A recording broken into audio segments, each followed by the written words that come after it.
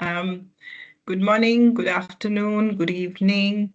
Thank you for uh, coming to our session. Very warm welcome to the session on hard tech soft skills, teaching and testing for talent and technology in a technology defined workplace. I can see that some people have put in where they're from, people who are just joining. Could you please also let us know where you're joining from? And I can see that we have representation from far and wide, but we are very pleased to have you with us. Um, Before I begin, I'd like to share some housekeeping information. The webinar is being recorded, and we will share the link of the recording with you afterwards with all the attendees who are in the session, and it'll be also available on our website a little later. Please use the Q&A function at the top of your screen to submit your questions. These will be answered at the end, after the discussion in the last 15-20 minutes of the session. Please, once the questions start coming in, please upvote the questions. In other words, uh, you know, choose the ones you like the most so that we can, it's easier for us to to see which questions the audience is most interested in. There will be an attendance certificate that will be available after the session. Please complete the post-session feedback survey to request the certificate. And the feedback survey link will be shared at the end of the session. As I can clearly see from the chat, we are joined by our audience from around the world, while our experts today are from South Asia. But the issues and challenges we'll be talking about will, I'm sure, resonate with the global attendees. And we would like to hear from you from the region or the country you've joined from, if the context that we are, or the challenges and the issues we are discussing are similar to your context, please let us know. So before we begin, I'd like to set the context of the discussion today. We are living in a moment where AI and digital tools are reshaping not just the tools we use, but the skills we need to thrive. Employers are looking for graduates who can code, yes, but those who can communicate clearly, collaborate across cultures, and think on their feet in a global tech-enabled environment. But there's a challenge.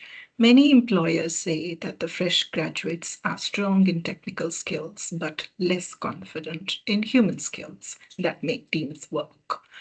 Higher education is also trying to close the gap, but assessing communication skills, collaboration skills, cultural awareness is not easy, especially at scale, and especially in South Asian contexts where there are lots of students in a class, large numbers in a class. And technology is already a part of the solution, especially when we consider recruitment. There are AI-powered tools that are used in recruitment, which can analyze videos to assess if the candidate has clarity, is confident, can communicate.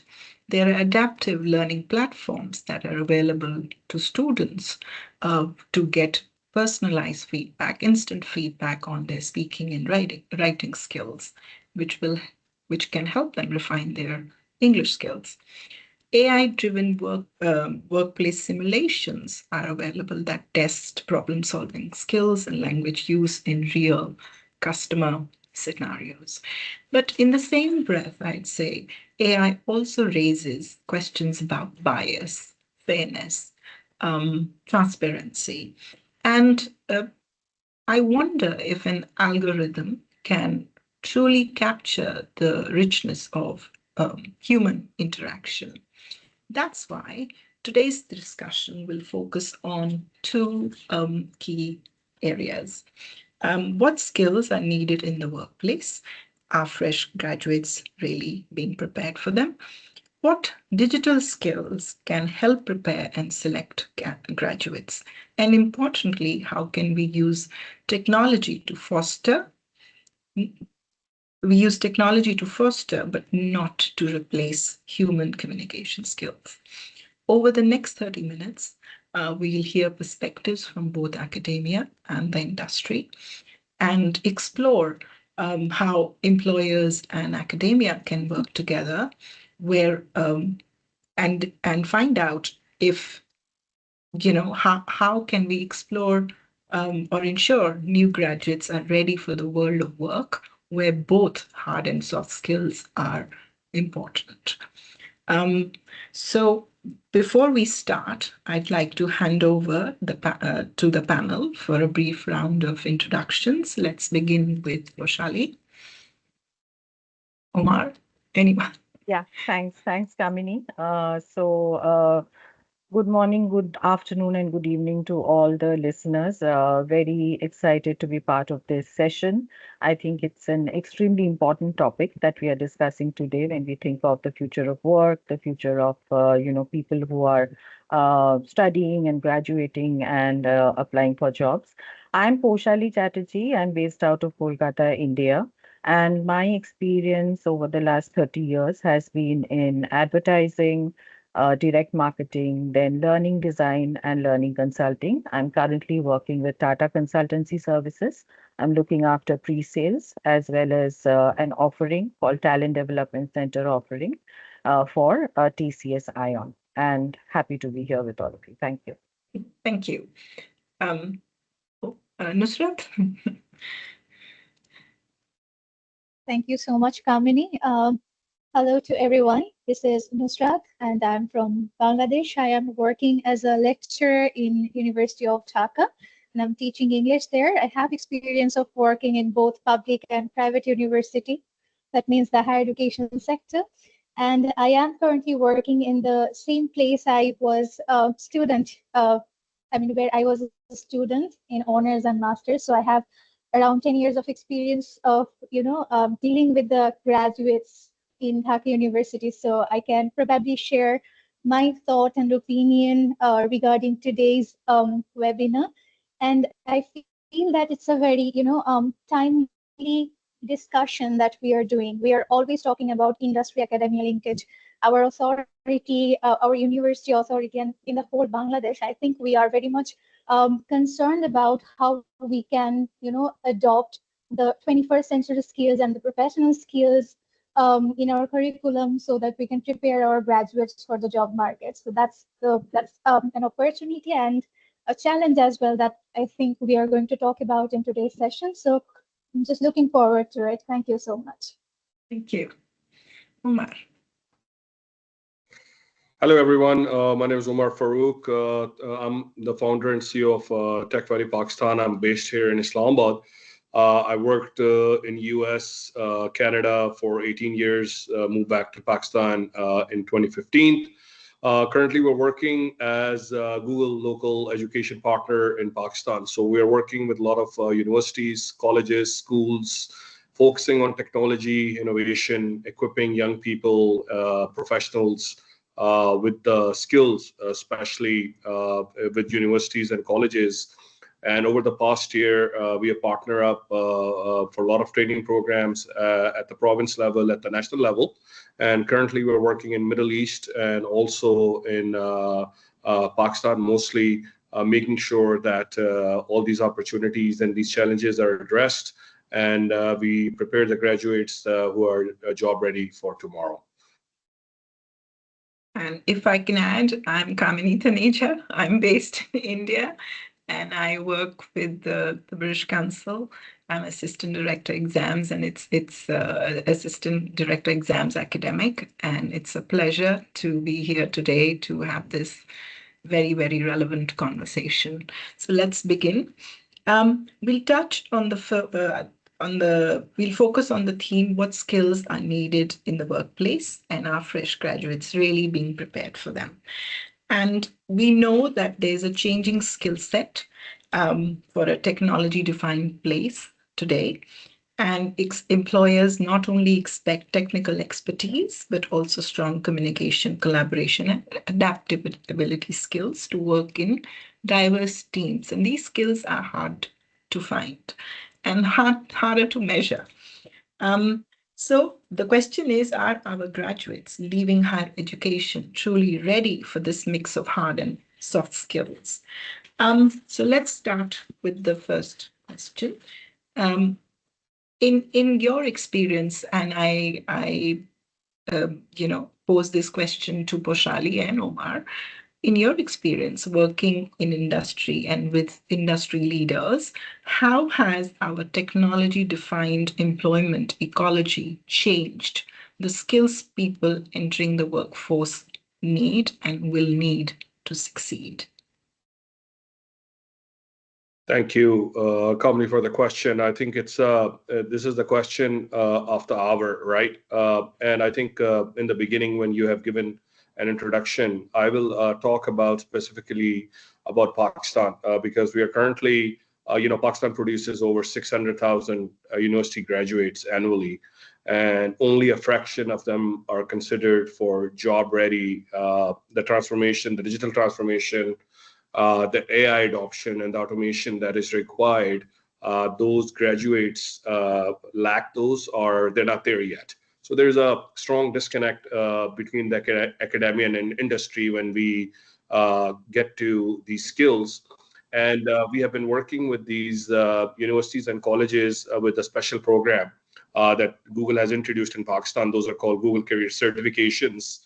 That was based on a research with the academia and with the industry. And they have come up with these digital specialization 6 months courses in which we think we can bridge that digital divide. Giving you an example, like if I'm an MBA business student who is ready to graduate in next 1 year, I can go to ChatGPTs and I can use any of AI prompting and I can write a business case within seconds and I can present that to the whole class. But depending on it, that this is not what they have to do, and actually when they will be hired, they will be probably sitting on a webinar like this, or they will be sitting on a collaboration session where they have to prompt for real-time scenarios. So those companies like Google have realized that in order to fill that gap, you cannot send these kids back for another 1 year degree programs or 2 year degree program. So we need to come up with this specialized skills in which we can teach them how to use the prompts, how to use the assessments, and how to use these skills in a real-time corporate world, in the industry world, right? And So, taking traditional thinking out of it and traditional teaching out of it, mixing it with the AI. okay. So, Omar, these certifications and courses may not be accessible to everybody. So, Poshali, if you can, expand on that, uh, in addition to the main question. Yeah, so I think the situation in, and I will talk from India's perspective, of course, situation in India would be similar to what Omar has mentioned.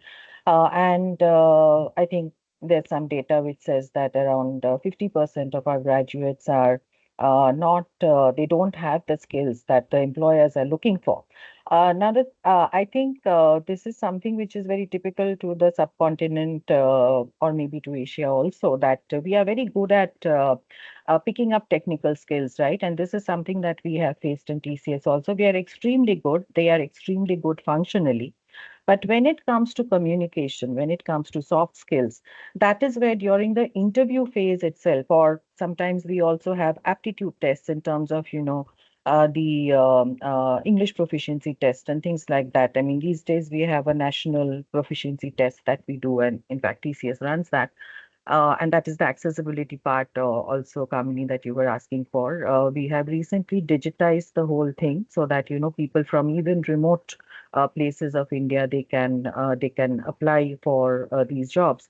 But coming back to the point of, the interview, that is where, because of the lack of confidence. I would say it is not just lack of communication skill. One thing we have to remember that English is our second language, right? Not everybody has gone to an English medium school. Majority of our education is in vernacular, right? And people are coming from various backgrounds, and many of them are coming from villages, rural areas, and while they may know English, they are not confident speaking English. So it's a confidence issue. Plus, of course, they've not been given that kind of training in communication skills. So it is not always that people do not have those skills. It is also that primarily our business communication is in English. And many of these aspiring job hunters, while being extremely good in technical skills, they sometimes falter because of the English speaking skills. So that is where even from the India perspective, two things I would like to mention. One is that the national education policy, which has come out in 2020 and which is in the process of being implemented right now, I think there is a push towards including other subjects like the arts, etc., which will build that confidence, or which will give the students something more than just maths, the STEM education, so as to say, more than that to focus on, because at the end of the day, even though we are talking of the AI revolution today, if you look at the World Economic Forum top skills of 2025, you'll see that apart from AI and digital literacy, everything else in the top 10 skills is a soft skill. So things Yeah, like creativity, yeah. So I that's mean, very interesting. yeah, That's very interesting. I Go would on. encourage our listeners to go and check out the World Economic Forum list, and any list that you really get to see. And some of the skills I've written down in case I forget is that the first one is communication, second one is creativity, third one is resilience. Resilience is extremely important because things are changing every day. We do not know what is going to happen Okay. tomorrow. Okay. And problem solving and critical thinking skills. So these are the skills which are being highlighted. Apart from, of course, you need to know AI, you need to know Gen AI, you need to know, data science is a top skill. So these are some of the things that employers are looking for. So let's hear the perspective from the other side. So how well then, this is for you, Nusrat, how well does current higher education curricula prepare students to be ready for the jobs that need communication skills and apply that interpersonal communication so needed to work in teams in a technology-rich setting? So what exactly is higher education doing? Thank you so much, Kamini. So while highlighting how prepared they are, I think I would like to talk a little bit about what gaps there are as well. So I'm absolutely agreeing to the point Poshali Chatterjee made, that the kind of soft skills the employers are consistently, looking for.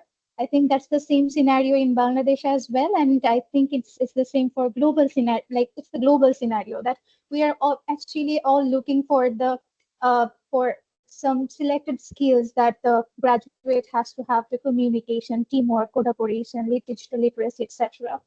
Now, before going to the answer, how well prepared the fresh graduates are, I would like to give a little bit background of Bangladesh, like how Bangladeshi higher education system like is, how it looks like. Um, as far I have, found, Bangladesh has made commendable progress in expanding higher education access. And in a paper by Manna in 2023, it was mentioned that in 1972, after liberation, the system catered to only 31,000 students, but now it accommodates around 3.2 million, and it can it can exceed to 4 million by 2026 as well. So this exponential growth was coupled with initiatives like higher education quality enhancement project, HACEP, that happened in assistance with World Bank, and it ended in 2018. We have University Grants Commission, UGC. We have Bangladesh Accreditation Council, and Bangladesh National Qualifications Framework under Ministry of Education, who actually work for, assuring the quality of the education and internationalizing the level of education in Bangladesh. Their push for integrating outcome-based education, OBE curriculum, in higher education.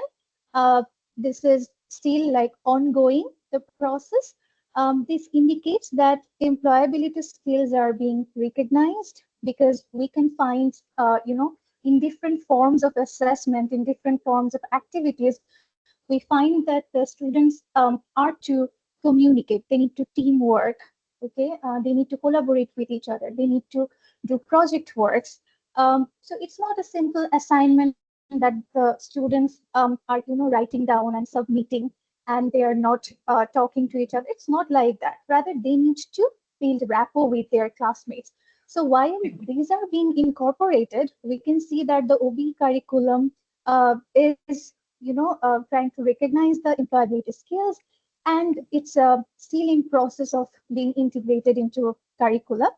And also, I have found another thing, that English language skill or other communication-based courses, for instance, they are included across all higher education programs as a foundational skill or a general education course. So So you can very see that, quickly, yeah. very quickly, I'll ask, is that true for India as well? And is that true for Pakistan as well? That in higher education, there is a focus on these business communication skills courses, especially for students in year 3 or year 4, if they are doing engineering courses. Is that true for the 3 countries? So, if I may go first, Umar, in theory it is.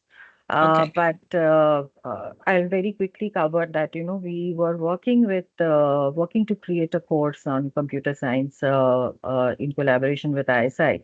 And when we were looking at what changes need to be made, we found that, while there is a course on business communication or maybe English, the students don't give it that much of importance. So they do not come for those classes. They feel that, yes, they feel that it's not important. It is something that they can bunk because, they can utilize that time for their engineering work. So one of the things that we tried, and it worked very well, is that we created a business communication curriculum, which was extremely experiential. It is not about sitting down and telling you grammar and things like that. It is more about doing projects, art-based education. We even tried out dance movement therapy because we talked about, the confidence, etc. Okay. And that curriculum also included design thinking, right? Design thinking was one of the semesters. So that actually helped. But if you tell me in general, if it is there, it's there. But I don't know how much it is So, working today. is it true in Pakistan as well, Omar? And meanwhile, just 1 second, we can always ask the audience too if they think Yeah. graduates are ready to work with all that they study, in colleges, especially for business communication skills. So we could have a poll right now while you answer. Omar, over to you. And I'd like to add another thing here. From what I know and what from my experience in India, another aspect here is that even though the university says they're preparing the students, the employer also provides additional training once they're recruited. However, the skills that the university is preparing the students with under the umbrella of English communication skills versus what the employers want, are they the same? So I think, first of all, great question. And I wish I can say that Higher Education Commission in Pakistan is spot on. But to, I think, earlier to Pushali's point, it is there in theory. You will go on the website, you will see there are different certification programs, business essentials, AI essentials. You will see all the right wording with all the right players. But are they really going to the rural Pakistan? Are they going all to all Pakistan? Because education became a devoted. The subject is now federal. Universities have a charter that they work on a state level, on a province level. So in theory, yes, it's there. All of these higher education commissions have put it out there that our biggest challenge is not producing graduates. It's producing graduates who can really thrive in AI first world, who are always there in a business world where the business comms are required. But I think you have to differentiate when you talk about Southeast Asia. Sometime when we talk about India, Pakistan, Bangladesh, Sri Lanka, all of these countries, we have metropolitan side and we have the rural side. And the Okay. vast majority is in these sites, like you have asked me a question earlier, how many people have access to internet? And because if they have access to internet, then they can go for these skills that we are discussing here. But I think the basics, some of the basics are missing when it comes to the large chunk of population. I hope I answer your question. Thank you. And it's very telling. We can see the poll results. 91% of the audience, I mean, people who've voted, 34 responses we got, they say that no, the graduates are not ready, and which completely resonates with what everybody's being on the panel being saying. So that's great. But we need to change this. And what is it that we can do to change this? And so that's with that, we segue into the next theme of our next theme of the session, which is what digital solutions are there to better prepare and select fresh graduates? How can teaching and testing leverage technology to foster very human communication skills? So too, we spoke about it a little bit that students, everybody today, I mean, I think is using AI, and we have it everywhere around us, be it Siri, be it Chat GPT, be it Gemini, and so much more. And but how how the challenge is that how making sure that these tools build empathy, bring about help in cultural awareness, and also, you know there's nothing like a real human connection, you know.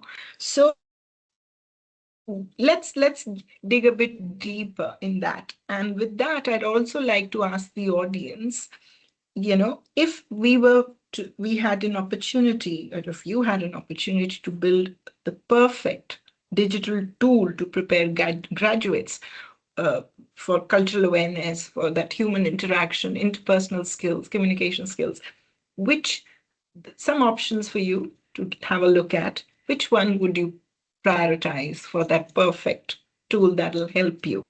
Um, so let's delve into this a little more. How can AI enabled tools enhance teaching and assessment of communication skills of fresh graduates at university? Nusrat, we'll start with you, and maybe you can share your experience of using any AI tools in your teaching at university. Yeah, definitely. And I would agree with the question you asked, that I think that digital solutions can play a transformative role in bridging the gap between graduate skills and workplace expectations.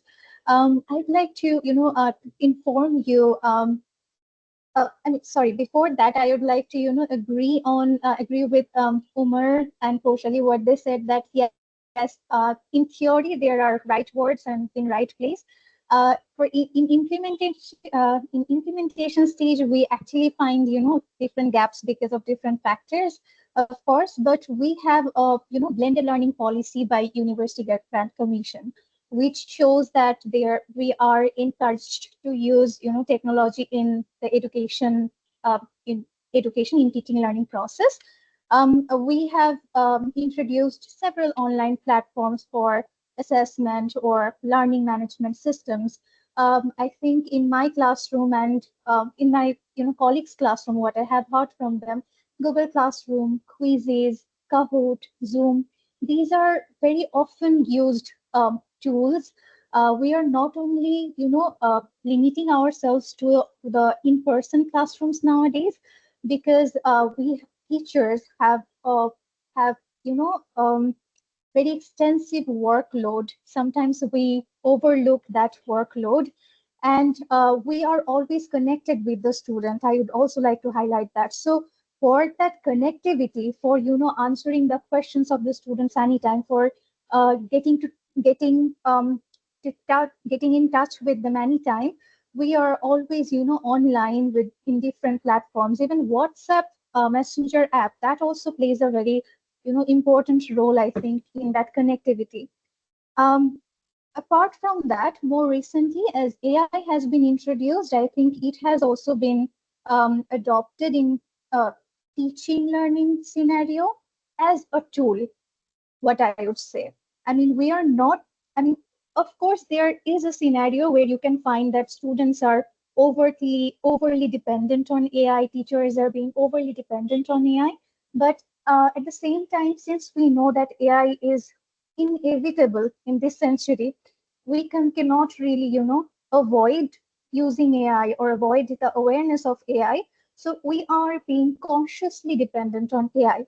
I was talking to one of my colleagues, and I just got to know that in teaching a topic like writing paragraph, where we used to give feedback, incorporating peer feedback or teacher-led feedback or one-to-one feedback, the colleague has incorporated AI-led feedback as well. So once the student is, writing down the paragraph, they are not only getting the feedback from the peers, they are also getting the feedback from the AI. So they're consciously using AI, and they understand that, okay, AI is not always right, or there can be, different ways that AI can help me. I don't really need to copy and paste everything from AI. So I think Okay. there we are Okay. being very conscious. Okay. So I'll turn this around to people. I mean, from an employer's perspective. Um, do you think AI can assess reliably, and or should human judgment remain central? Now, this also applies to when different, um, AI-powered tools are used for recruitment, or as Nusrat said, at universities, students are getting feedback from AI on different aspects. So, talking about transparency, talking about a bit of ethics, because same question in different AI tools will, get us a different response. Now, which one do you believe? Because all these are based on large language models, and most times there's no clarity on what kind of resources have been used and what kind of frameworks do they follow. So we will begin with Omar. Omar. No, thank you, Kami. I think that's a very, very interesting question. And I know everybody has a unique position to answer that questions, right? What AI tells us, where to believe. I always personally, I believe in AI can never replace the humans. The empathy piece, the personalization, the engagement piece needs to stay there. I think we can all talk about digital transformations, which gadget is good, which AI tool can pull better results, where Notebook LM can give me better research tools and all that. But I believe we need to use this opportunity to see how we can use AI in a way that we haven't really used. Our educators, our professors, they might have not used it the way we want them to conduct assessments.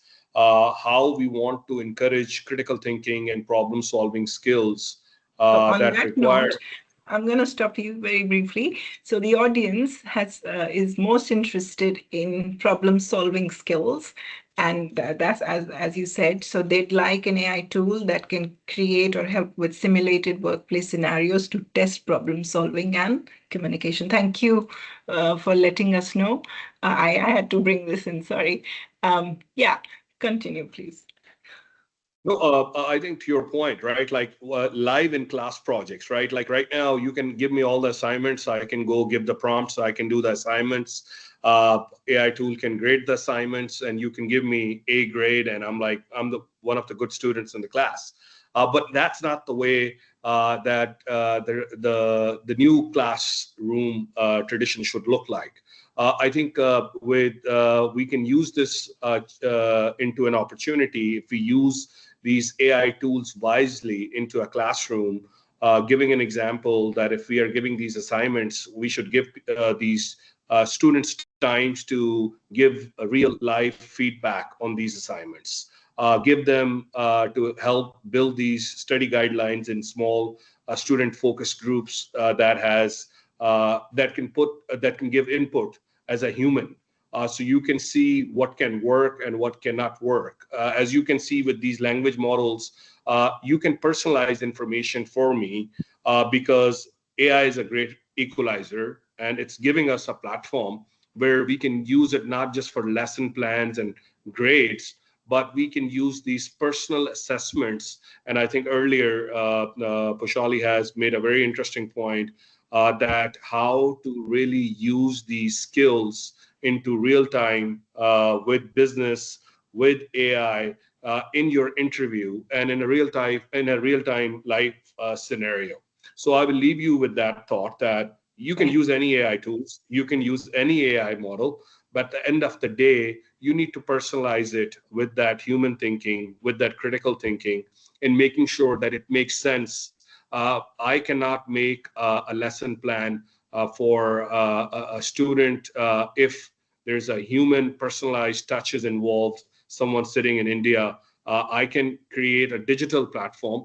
I can make sure I can put all of these specializations, but that localization piece is the key because every population is different, and that localization we need to focus on, and we need to focus on who this is for, and we need to keep the ethics and morality in the front when we are using these tools. Okay, thank you. Kushali, what do you have to say to that? Yeah, so I want to talk about two things. One is about, using AI in the learning part of it, learning and testing while they are still students. See, I think there is while we are talking about, the concern over people overusing AI, and apparently they are stopping to think. Apparently, our brains are becoming smaller or something like that. There is also a huge benefit, not just of AI, I think of digital tools, because especially in our countries, the three countries that we are representing today, we have huge populations, right? And there aren't enough teachers to address that population. And amongst those teachers who are available, um, their level of understanding is also not good. So teacher education is also one of the things that today that we are focusing on in India, but it's a huge task, right? Well, NEP 2020 is a fantastic policy, but to implement something like that in this huge country is very difficult. So in that situation, I think the digital tools are of extreme help to students and aspiring job seekers, because they can actually go and they can train themselves, and things are available, whether they are external libraries like Skillsoft, Udemy, etc., or there are many Indian publishers also who are providing the knowledge that they need. And in that case, I think it is important, but I do agree with both Nusrat and Umar that AI cannot completely replace the human interaction, the human touch, so to say, right? The ways in which I think it can be used, and maybe it is already being used in selecting candidates, is something like things like, where you are trying to evaluate speech, how a person speaks, like you see in some of your IELTS, etc. There is now an AI framework to auto evaluate the speaking capabilities of a candidate, right? Now, am I going to depend only on that? Our advice from TCS is that no. We will, of course, use the auto evaluation of the AI, but we will keep training it, in the sense that we will keep human evaluators to come and see what kind of job AI is doing, and keep training it so that it becomes better and better. But we would always recommend that there is a sampling that is done Okay. to ensure that that the outcomes are important, because this is very important, right? It's a matter of somebody's job.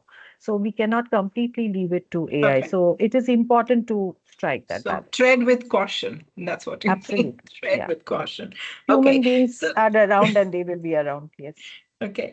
So let's move on to the next question before rather the last question before we take questions from the audience. So what this is for everybody and you can decide who wants to go first. What would you like to see change in the next 5 years in how we balance hard and soft skills development in the workforce? Eh, and add one more little, not one more thing, but one more important thing. And on what aspects can the industry and academia work together? What aspects? So we agree that, academia and industry should work together, but what aspects on which they should come together? So two-part question. So I'll give you a short answer and then I'll let the panelist chime in. I think first of all is the mindset shift. That is the biggest one that we need across the board. How we're doing things, how we were taught, or how I have attended a school, class, college, university. We need to make sure these soft skills, this encourage critical thinking and problem solving skills goes hand to hand with these entrepreneurships and tech skills. I think earlier we made the point that we are good at tech. We can build apps, we can build super apps, we can make language models, but communication and the business critical thinking is required. So we will, I think, curriculum reform as a region, as a country. Everybody's talking about AI first, but which AI piece is good that we should all agree on as a region. We should talk about industry partnership. I'll give you an example of Pakistan. When we have done these certifications, we realized that giving someone a certification is not good enough. You need to go one extra mile to give them three main skills. That is, one is how to do your LinkedIn profile, how to be prepared for a Zoom or Google Meet interview, how to really go and start apprenticeship programs with some top employers in the last final year semester. When we talk about building these 100 pages of final paper thesis and case studies, why not we give them apprenticeship or a fellowship program and make it part of it so they can get credits and they can make this as part of their degree program. And the policy level role, right? You talk about global certifications and partnerships. We believe there's a lot of partners are doing a lot of good work, but you see repetition of that good work. So I think more integration on a regional level, country level, global level, that what kind of students are future workforce we are looking for. Is it banking side? Is it fintech? Is it AI? Is it cybersecurity? I think we have a lot of talent. There's a lot of repetition of effort where we can come together. And I think the panels like this and webinars like this gives an opportunity. I think the audience are listening in. So these platforms can help as one consolidated voice for all of us. Thank you. Okay. So, Nusrat, if you're okay, I'll go. Yeah. Yes. Yeah. So, I would like to say that, what I would like to see is design thinking and leveraging technology in all aspects. Now, when I say design thinking, not just as part of the curriculum, because as part of the curriculum, I think it's extremely important because, that really helps the people who know the tech, but they don't know the business side of it, right? It really brings those two things together, and that's what employers are looking for. So, those of you who are listening and planning to apply for jobs, I think taking a design thinking course would be tip of the day for me, at least. But also design thinking in designing the curriculum. Because what we need to also understand is that today we are talking about Gen Z, very soon Gen Alpha, I think is going to come into, yeah, it's going to come into our universities. And these people have grown up in an extremely different kind of world, an extremely different kind of social scenario than the people who are designing the curriculums, right? So for them to put themselves in the place of the students with the design thinking principles, empathize with them, and create a curriculum which is suitable for them. Because, today I think that a curriculum which was relevant 5 years ago also is not relevant today. And the way that you're teaching, because, traditional, I think Umar also mentioned that traditional ways of teaching just doesn't work today. People are more comfortable speaking to people on social media than in real life. But when you go to work, you'll have to speak to people in real life. You will have to be part of a stack ranking, which is also not done these days. Everybody is a winner, which is, there's nothing wrong with it.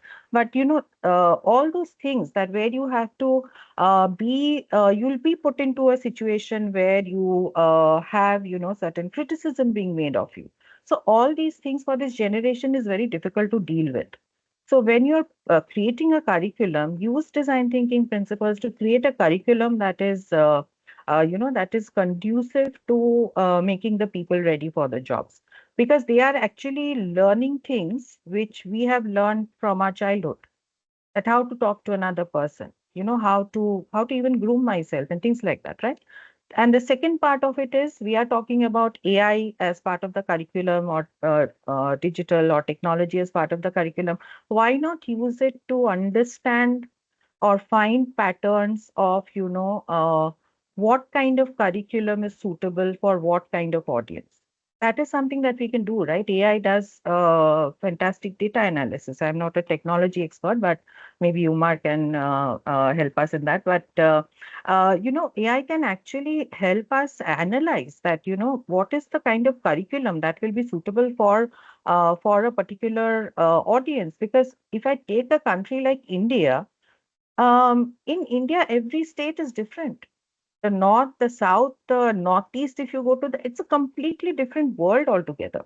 So why can't we just use the technology not only as part of the curriculum for students to learn, but also use the technology to devise more personalized curriculums, which will, I think, set up students for success. Yeah. That's right. Thank you. I think we are talking a lot about job preparedness of the graduates. So what I expect is to, put more importance on the education sector. Infrastructure wise, budget wise. I mean, for a developing country like Bangladesh, I think that would be the same for Pakistan, India, almost all the South Asian countries.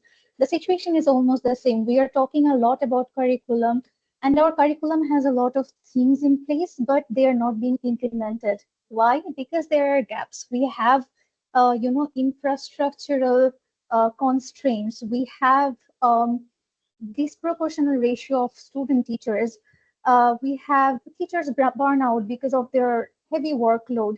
So there's a lot of issues that we need to address. We are continuing talking on the issues a lot, but we are still trying to find out the solutions. So I think within the next 5 years, I would really love to see that, we are probably increasing a little bit budget on the education sector so that we can incorporate some more forms of, technological device or some more forms of advantages for our students and teachers. And another thing is, uh, just to add with Omar, that the mindset, the change in mindset, that's also very important. It's just like to give a little example here. Whenever AI has, like AI has been, invented, I think we Bangladeshis, or I mean, including both teachers and students, we were not very adaptable to it. We thought that AI would replace humans, and AI would take my job. That was the real fear among everyone. So I think instead of getting that, getting afraid of a technology, which is just like a mobile phone, just like a fan, just like any other technological device, I think we should just have a positive mindset, because otherwise we would lag behind. That is number one. And second thing is, if we, have a positive mindset and we are adopting it, probably we will be more efficient in delivering our work. So I think these are the two changes I'd like to see. Thank you. Thank you. Thank you so much. Very, very interesting, enriching discussion. We have about 10 minutes, so now let's move on to some questions in the chat. Um, Questions people have asked. So this is a question from Jonash. He says, could you please share an AI tool that assesses student speaking skills for advanced as well as intermediate learners of English? Nusrat, would you be able to tell us a bit more about it? I think there is Ilsa Speak AI, which helps us to understand the proficiency level we have. We can record our voice and the audio is immediately assessed. But I think the basic or the free version was available even a few months ago, but you need to, subscribe for the premium version now if you want to use that. But that's a really good tool. Okay, thank you. There's another question, uh, which is, if AI is good for learning, would it be allowed to use as help? Should it be allowed to use as help in exams? Well, should I answer that because I'm I'm dealing with the education background. So, there is an irony that we don't really allow our students to use AI in the exam hall. Though consciously we are using that in the classroom, or we are saying that it's inevitable to, at least know the use of AI. It's because AI is not always right. AI may give you wrong answers.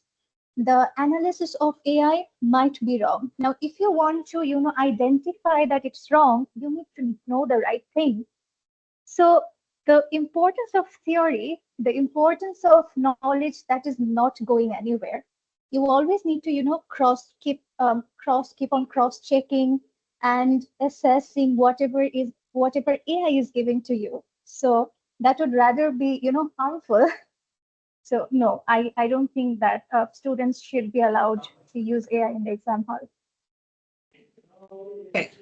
And another question I have is that now that we are at AI tools, how can universities use AI tools to expose students to diverse communication styles before they enter global teams? Mm, If you want me to chime in and Yeah. the other panelists chime in. So universities get, like I was telling you, when we have done these certifications in Pakistan, we realized that after giving someone a project management specialization, scholarships, or cybersecurity, they're not just job ready. You can use some other assessment tools. You can use and give them real-time scenarios where they can prepare some business case scenario that they have to deal with fellow employees. They have to talk to the customer, give them real-time situations in which they can sit as a team and they can really collaborate while they're using AI as an aid to help them refine their ideas. But I think the interaction usually happens virtually or so face to face using these tools as a help, as an aid, but more real-time collaboration between the students with the real-time scenarios of the industry that they can learn from.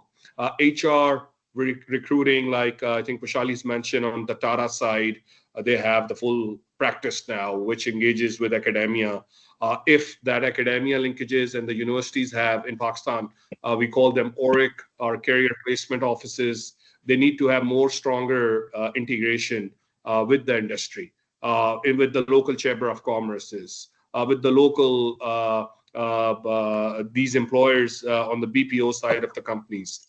In this part of the world, there's a lot of jobs that comes in where we like to outsource from the rest of the world. So those kind of assessments, real-time scenarios can help in the university. Yeah, I would like to just add that yes, definitely the real-time scenarios are an excellent way of sort of experiencing that global, diverse sort of a team in a safe environment. Other than that, there are other things like, say, adaptive testing. So adaptive testing could also be something where, through a scenario-based adaptive testing, probably. I'm just thinking aloud here.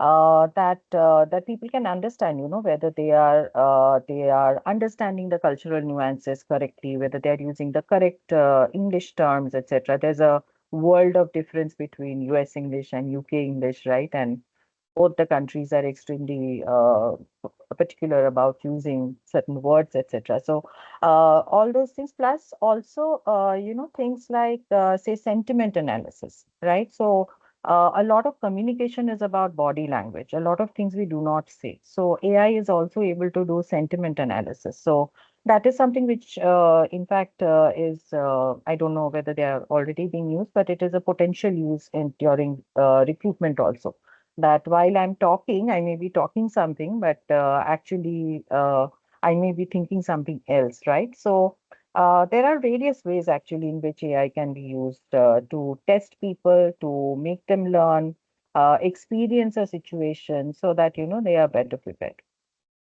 Thank you. So we have about 4 minutes left, and it's time to wrap up. Thank you so much for very, very interesting discussion that we've had. I'm gonna request you to maybe, leave with some, concluding thoughts before we wrap up. We'll start with you, Omar. Thank you. I think you have heard from the great panelists that we have from Bangladesh, from India, and Kamini, thank you for conducting this panel and making me part of this. I think we all have suggestions, but at the end of the day, I strongly believe the mindset needs to be there to adopt the change. We know the buzzwords are digital transformations, AI tools, adaptive learning, assessments, all of this. But at the end of the day, we need to take a step back and really see where we want to go and how these tools can be used for a betterment of the society and for your well-being. I'll give you a last example. In Pakistan, we have a huge challenge of out of school children, 26 million out of kids. And we know we cannot build that many schools for these kids. So using AI, small curriculum in which they can just do maths, right? They can write their name, they can do a small English language conversation through the AI speech, through AI assessment, through Yeah. videos, YouTubes, and all that. So I will leave you with that you find your own path, use these tools wisely, but ethically, and a lot of focus is that use this with responsibility and making sure that you are using it for the humanity as well. So the cause is bigger. We all represent the countries here. So I wish everyone best of the luck. I hope they have learned something from this panel. I hope they have got some notes. And if there are any questions, we're reachable via our LinkedIn or email. Thank you. Vashali, very, very quickly, we have 2 minutes. Yes, yeah. So yes, kind of takeaways that I would like to articulate is first and foremost, I think Nusrat said it, that AI is not the enemy. I think we should take it as a challenge and not as we should take it as an opportunity and not as a challenge, because AI can do wonders, just as Umar pointed out, as long as we use it responsibly and as long as we strike that balance between AI and human skills. And the other thing is about the mindset change. Yes, that mindset has to change across the board, I think. I think while educators, governments, they have to change their mindset, I think students also have to change their mindset, because they have to understand that while technical knowledge is important, the soft skills are equally important. Like I mentioned, the World Economic Forum data, because AI is as good as what you tell AI to do, right? And that telling is the part which is really important. And that is where your creativity, your proficiency with language is really going to help you. So students also have to change their mindset. They also cannot wait for the government to do things, because in such large countries, complex situations, we have to also, do things ourselves, right? I cannot sit back and say my government will do everything for me. And third one is, I've already said, design thinking, please consider taking design thinking course. It is a great way actually to get creativity, creative thinking, innovation, even if you are not naturally tuned to it, right? So these are the three things that I would like to end with. And thanks so much to British Council for arranging this. I think it was a fantastic conversation, and I hope that the audience has been able to get some good takeaways from it. Nusrat, before we Thank go. you, Kamini. So I'm not going too long. So as I have already said that AI is not our, not our competitor or anything. We just need to, collaborate with AI, just the way we collaborate with humans. And So the collaboration basic between thing. HE and employers as well. Yes, collaborate. Yeah, that collaboration will happen automatically, we believe. With that note, I would like to thank Umar Koshali. Thank you for your valuable insights. I learned a lot from you. Thank you so much, Kamini, for beautifully hosting the session. Thank you, British Council, for giving me the opportunity, and also TESOL Society of Bangladesh, a equal platform for Bangladeshi teachers that gave me the opportunity to know about this event. Thank you so much, everyone. Thank you, everyone here on the panel, and thank you to our lovely audience who's been steady as a rock right from the beginning. So, thank you so much, and we will see you soon again. On another session we'll do under the New Direction series that we've started. So, thank you so much, and a feedback survey link will be shared with you. Please complete the survey. Thank you very much. Thank you. Thank you. Bye. Bye.